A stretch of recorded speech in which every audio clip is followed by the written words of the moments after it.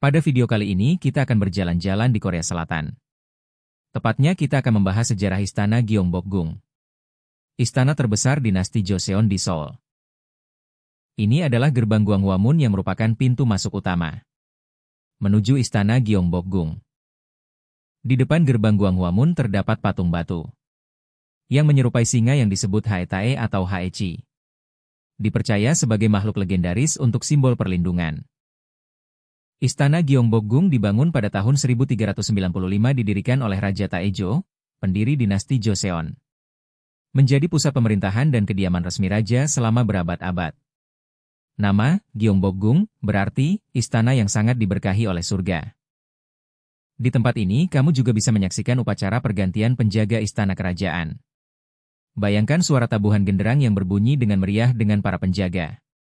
Yang berpakaian warna merah biru, mereka membawa tombak panjang, pedang dan bendera besar. Sensasinya merupakan campuran antara teater, sejarah hidup, dan sedikit rasa nostalgia. Gerbang ini disebut Gerbang Heungnymun, yang merupakan batas antara dunia luar dengan istana kerajaan yang sakral.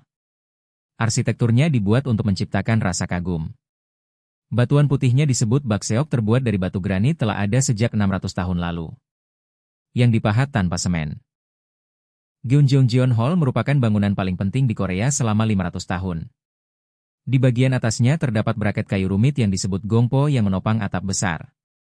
Setiap braket diukir dengan tangan yang disatukan dengan sambungan tradisional selama 500 tahun. Saat berdiri di depan Gyeongjongjeon, kamu sedang menyaksikan ideologi kerajaan Korea. Bangunan ini juga menjadi saksi lahirnya huruf Korea. Melewati penindasan masa kolonial dan tampil sebagai simbol ketahanan budaya Korea. Ruang ini merupakan ruang politik paling sakral di Korea, selama lebih dari 600 tahun tempat para raja mengambil keputusan yang membentuk takdir bangsa. Apa yang kamu lihat bukan hanya arsitektur sejarah, melainkan budaya Korea yang turun-temurun semua unsur yang membentuk masyarakat Korea selama berabad-abad yang terwujud dalam satu ruangan ini. Paviliun yang sekilas tampak melayang di atas air ini bernama Gyeonghaeru Pavilion.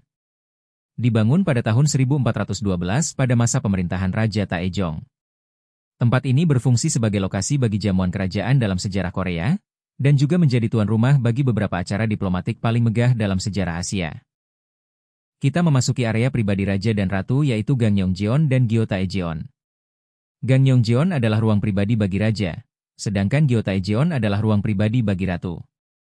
Kediaman Ratu memiliki lebih banyak elemen dekoratif serta halaman lebih kecil, sedangkan kehidupan pribadi Raja bisa terbilang sederhana.